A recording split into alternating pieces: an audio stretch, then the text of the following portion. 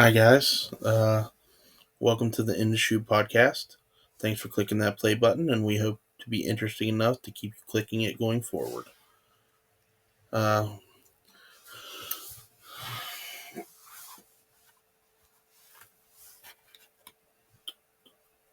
what we're going to talk about is what our plans are for the podcast and what we're going to talk about on a regular basis.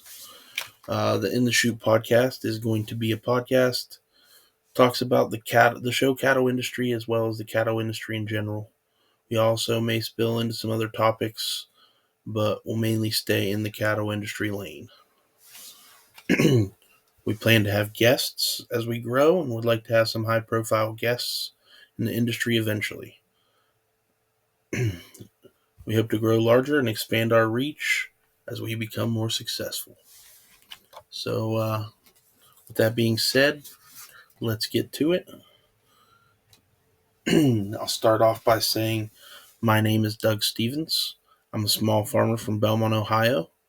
On our farm, we run around 30 head of beef cattle, which are mostly Shorthorn and Shorthorn Plus, but we also have Hereford, Simmental, and Club Calf influence in our herd as well.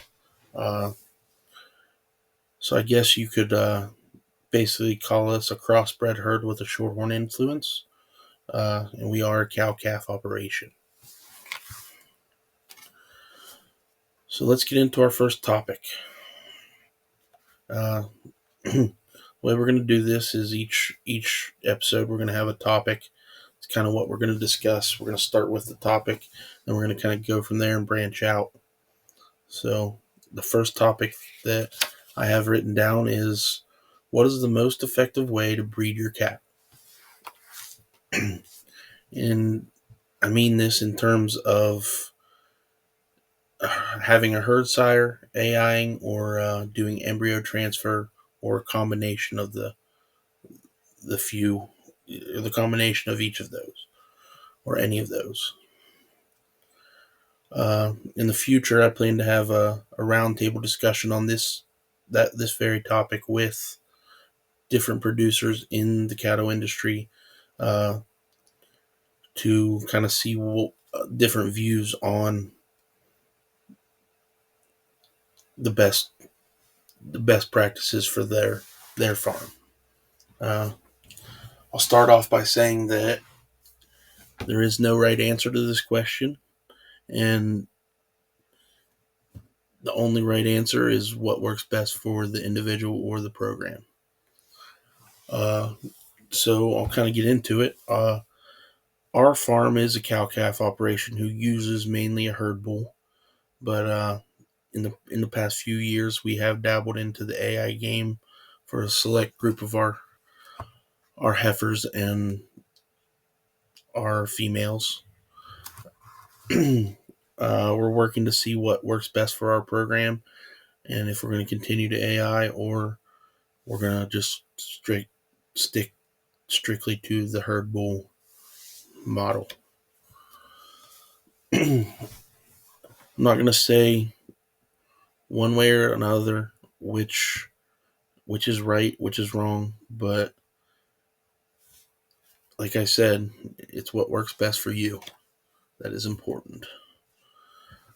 So, in the first scenario that I'd like to present, there it could be a person with a small number of cows in single digits who would rather spend money on semen and a vet bill because a bull would cost more than those things. Uh, you never know. Or it could also mean that they just don't want to. They've got a small number of cows that are less than 10. It may be more cost effective for them just to spend the money on straws of semen and have a vet come and breed their animals. Uh, it could make sense for their operation just to do that. Uh, One thing that I will say is AIing and to a more of an extent embryo transfer do take time, and they're more time consuming than just turning the bull out and letting him go to work. Uh, where our farm, we've got 15 to 20 cows that we breed, or 30, and a herd sire has been more effective for us just because of the sheer number of cows that we run. And I mean, it's by no means a huge farm, but my mom, myself, my uncle, my our family all work full-time jobs, and farming is kind of our second income. And it just doesn't, the time crunch doesn't fit in for us to AI all of our cows and take the time to do that. Uh, it could in the future. I mean, it's really a commitment that you have to make to all AI a large number of cows. And I know there are farms much bigger than us that do. Those farms also have people that's their full time job. Uh, it just kind of what happens. Their situation is different from our situation. Uh, whether you're AIing because you want to win a show or introduce new and exciting genetics into your herd, or do the same type of thing through embryo transfer where it may fast track the process of getting these genetics into your herd because you've already got the proven genetics in those embryos. Uh, it's a lot of work. And like I said, it's time consuming. And that may not work for everybody. There are tons of possibilities. No right answer. Uh, and that just kind of how it is. Uh,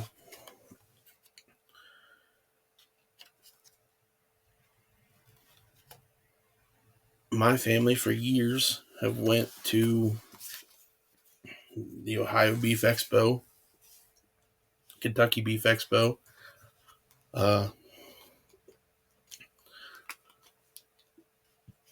and bought high quality bulls to breed our cattle to. I mean, I can remember clean back in the mid 90s going down to Louisville looking for a man Andrew bull to breed our cattle to. We would go down, get it in their main Andrew sale. Back then we were main Andrew. Uh,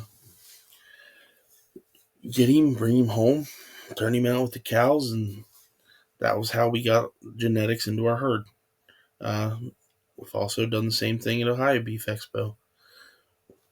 Clean up in 2016. I think that was the last time we bought a bull at down at the Beef Expo.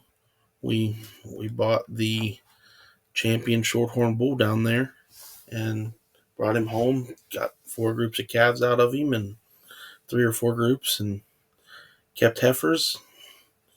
Sent him on his way. Uh, Now recently we've bought off private treaty off of a couple of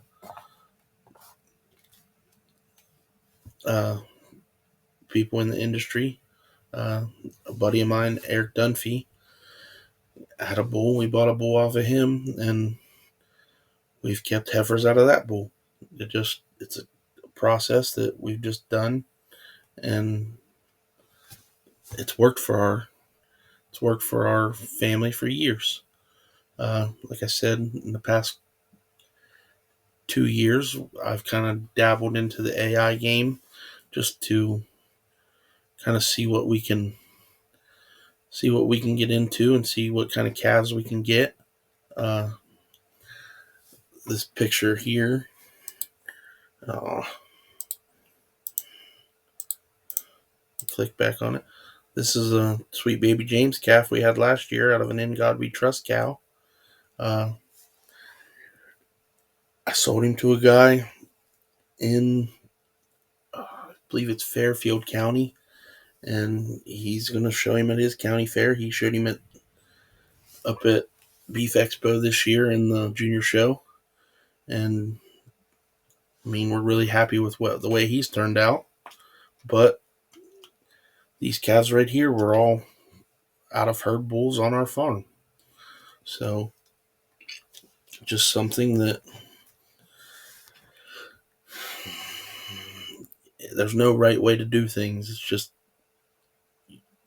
you do things that work for you, and you try new stuff, and what works works and what doesn't, and you try to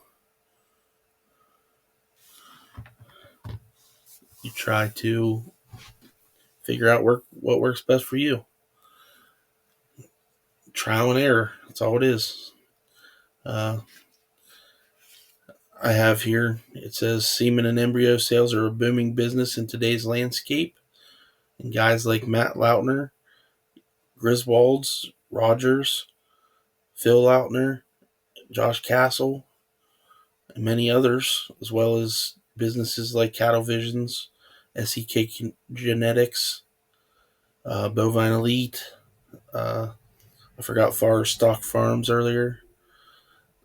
They've sold millions of straws of semen privately and directly to consumers in the past however many years, and just seems like the business is only growing and getting bigger as time goes on. Uh, it's been a big business for years. I'm not sure exactly when the semen sale business started. I know Matt Lautner has done some podcasts on that.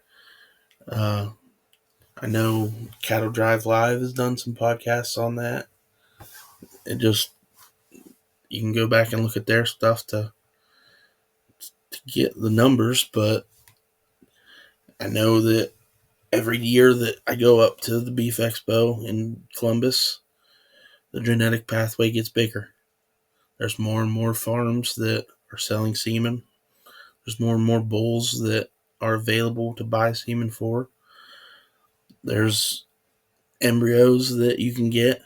There's some proven matings that you can get up there. It's just a crazy business.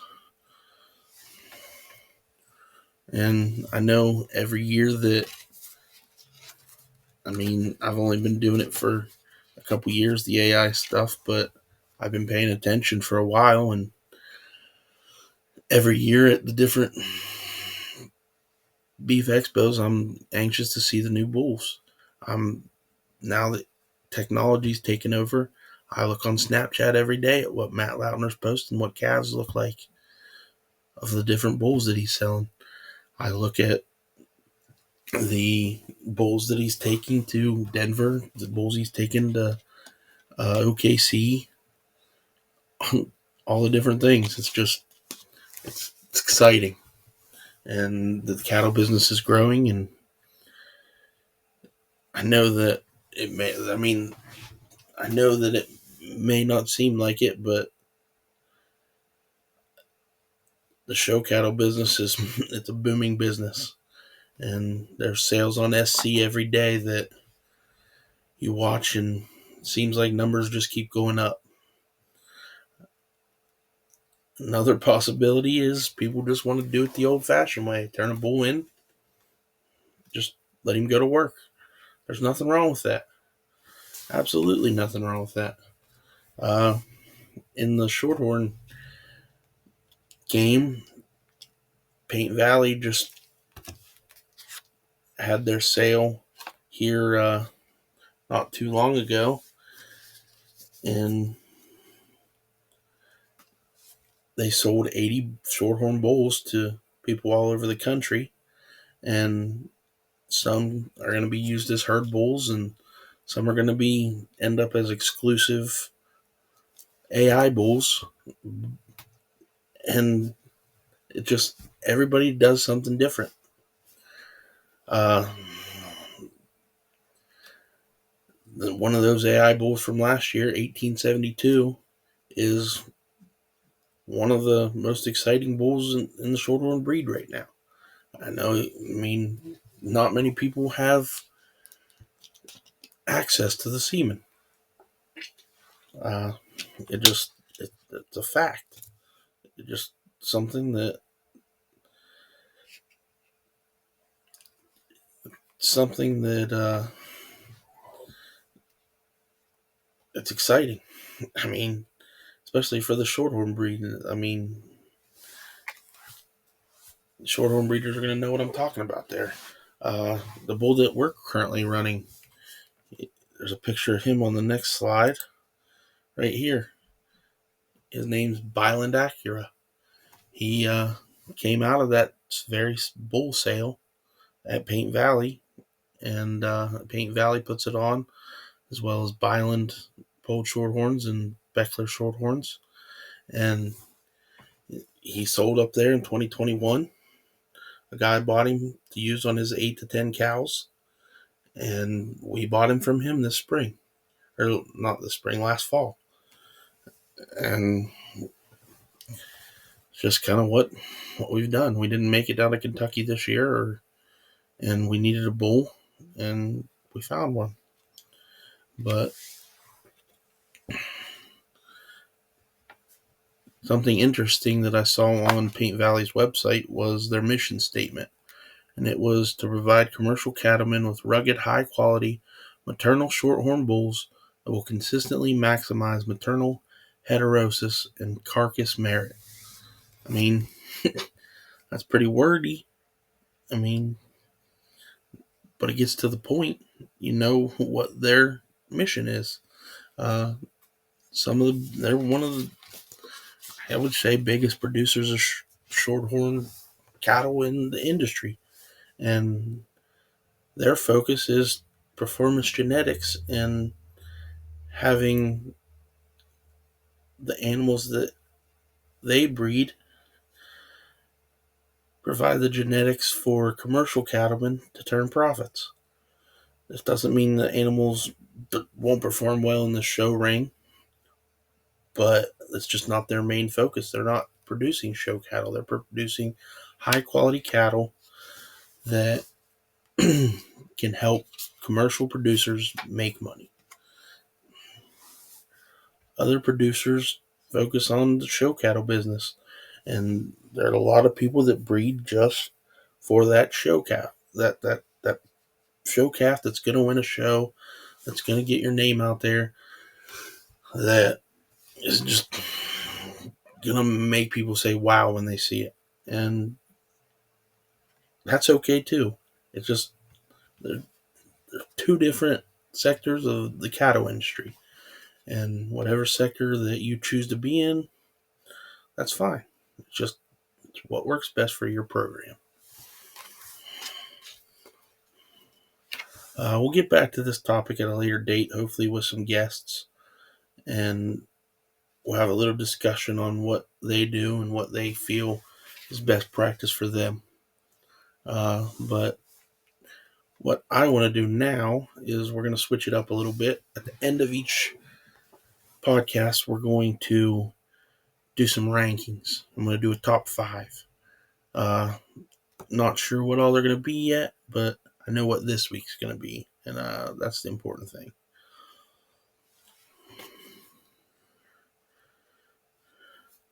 And I'll start again saying that this is my opinion and my opinion only. You can agree with it. You can not agree with it. It's totally fine either way. But for our first ranking, I'll be looking at the top 5 hottest bulls this spring. Like I said, this is going to be from what I've seen on the internet, Snapchat, Facebook, the calves selling on SC online sales, other sale platforms. But we're gonna get into it. So at number 5, we've got a bull from who's been hot for the past couple years, and I've recently seen a lot of high quality calves, pictures of his calves on Facebook and Snapchat. And the guy that's been showing those pictures, Mr. Matt Lautner, and that bull is I Am Here. Uh, it's, I mean, switch the name around. You know the sire of this bull. Here I am. It's Here I Am with color, guys. How can you beat that? Little black and white flavor with the I Am Here genetics, or the Here I Am genetics. Nothing better than that.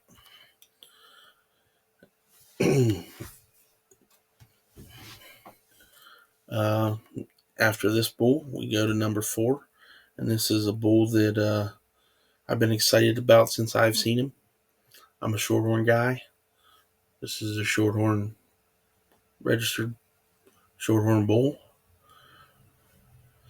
Shorthorn Plus maybe, and it's like I said, I've been excited about him since I've seen him. At number 4, we're going up to Michigan. We're going to Josh Castle.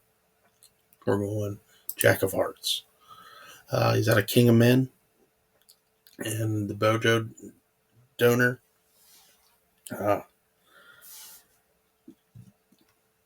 the red donor. Uh, I think Bojo's the name he has for her, but just looking at this bull, marked like a shorthorn, red and white. I've bred a couple cows to him that I should have calves out of this year. Went back to the Beef Expo, bought semen on him. I'm super excited to see what this bull. I've seen calves out of him on Facebook also, uh, and he's a really exciting bull.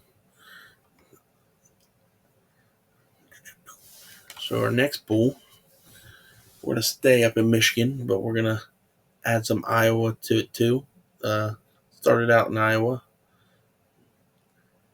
and this bull is exciting enough that the guy that owns Jack of Hearts bought into this bull last year. Uh, this bull is Carney Man. He's owned by Matt Lautner, and Josh Castle bought into him. Like I said, Castle has his annual sale every year, and there's a black and white heifer in that sale that anybody would be lucky to have. Beautiful, beautiful animal. Believe it. I'm almost positive it was the high seller in his sale. Uh, I believe it from down in Kentucky, and she's just a beautiful animal that I admire every time I see pictures of her.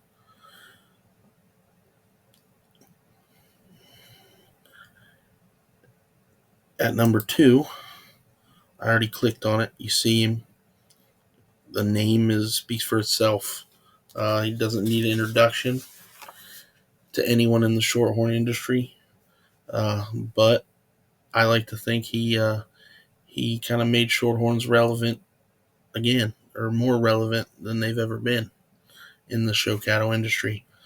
Uh, Even Michelle Lautner took notice and purchased his dame recently from the Turner family, and any calf I've seen out of him so far has been just,